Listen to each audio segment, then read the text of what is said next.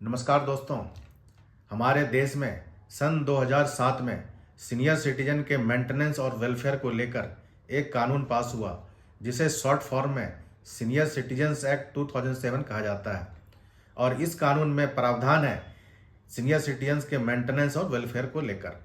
तो अभी हाल ही में बम्बई हाई कोर्ट का एक निर्णय आया है जिसमें सीनियर सिटीजन्स को बहुत ही बड़ा झटका लगने वाला है। और यह निर्णय आया है निशान Nitin Koppikar versus state of Maharashtra वाले मामले में। तो आज के वीडियो में हम जानेंगे कि यहाँ पर मामला क्या था और बम्बई हाई कोर्ट ने क्या निर्णय सुनाया है।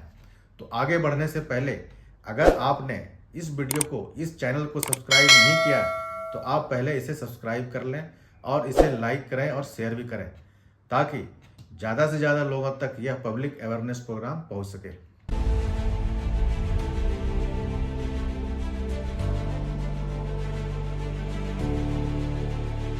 तो आगे बढ़ने से पहले यहाँ पर हम देखते हैं कि यहाँ पर इस केस में फैक्ट्स क्या थे,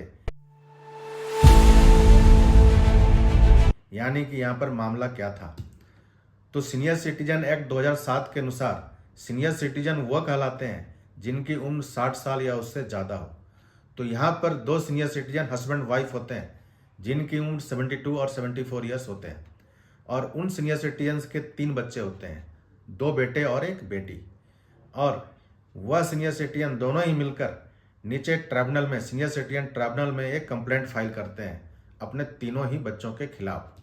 और वह इस कंप्लेंट में यह दावा करते हैं कि वह तीनों ही बच्चे उन दोनों का भरण पोषण नहीं कर रहे, उनका देखभाल नहीं कर रहे।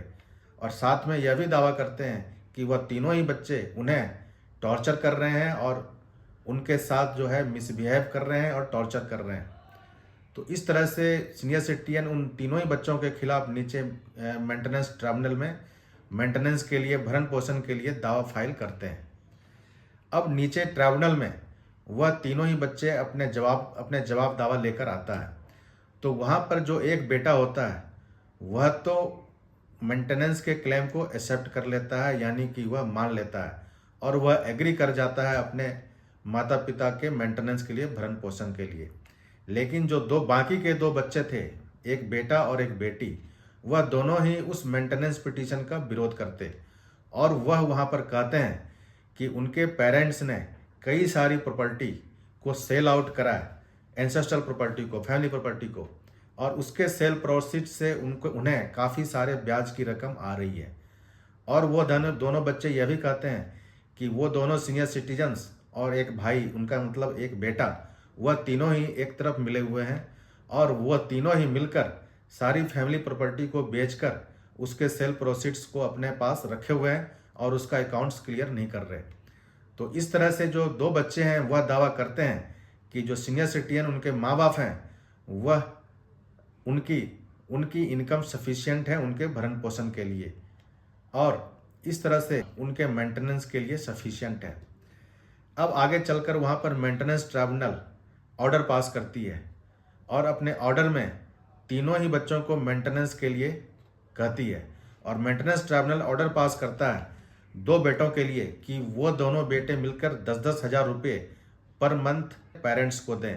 और बेटी के लिए ऑर्डर पास करती है कि वह बेटी अपने पेरेंट्स को 6,000 रुपये हर महीने मेंटेनेंस के रूप में भरण पोषण के लिए दे।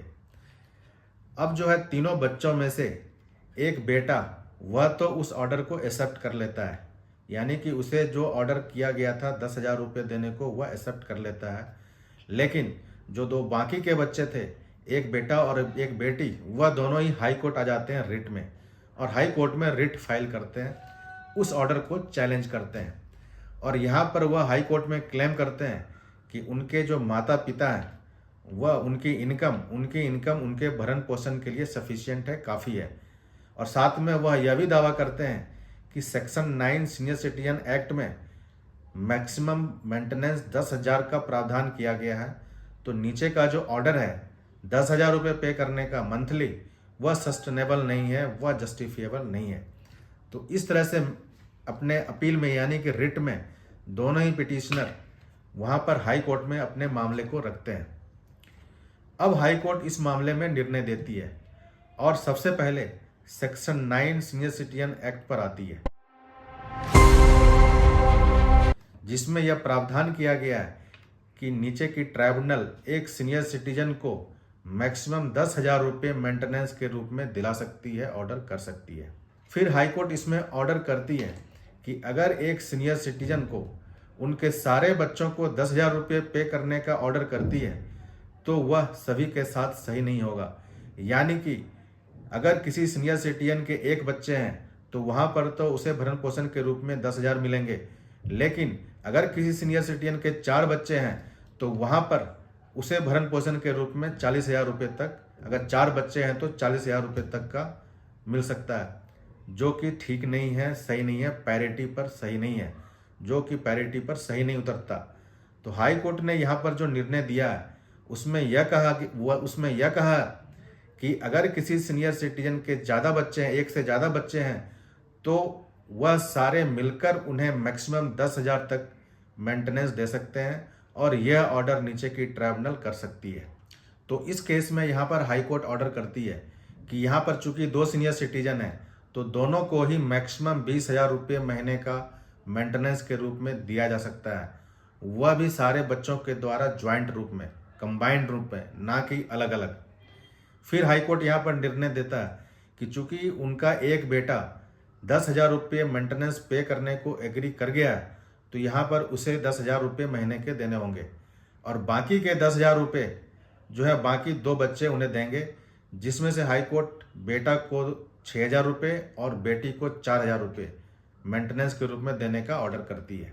तो इस तरह से हाई कोर्ट के निर्णय आने के बाद अब कोई भी सीनियर सिटीजन अपने बच्चों से मैक्सिमम 10,000 रुपये तक ही मेंटेनेंस के रूप में क्लेम कर सकता है।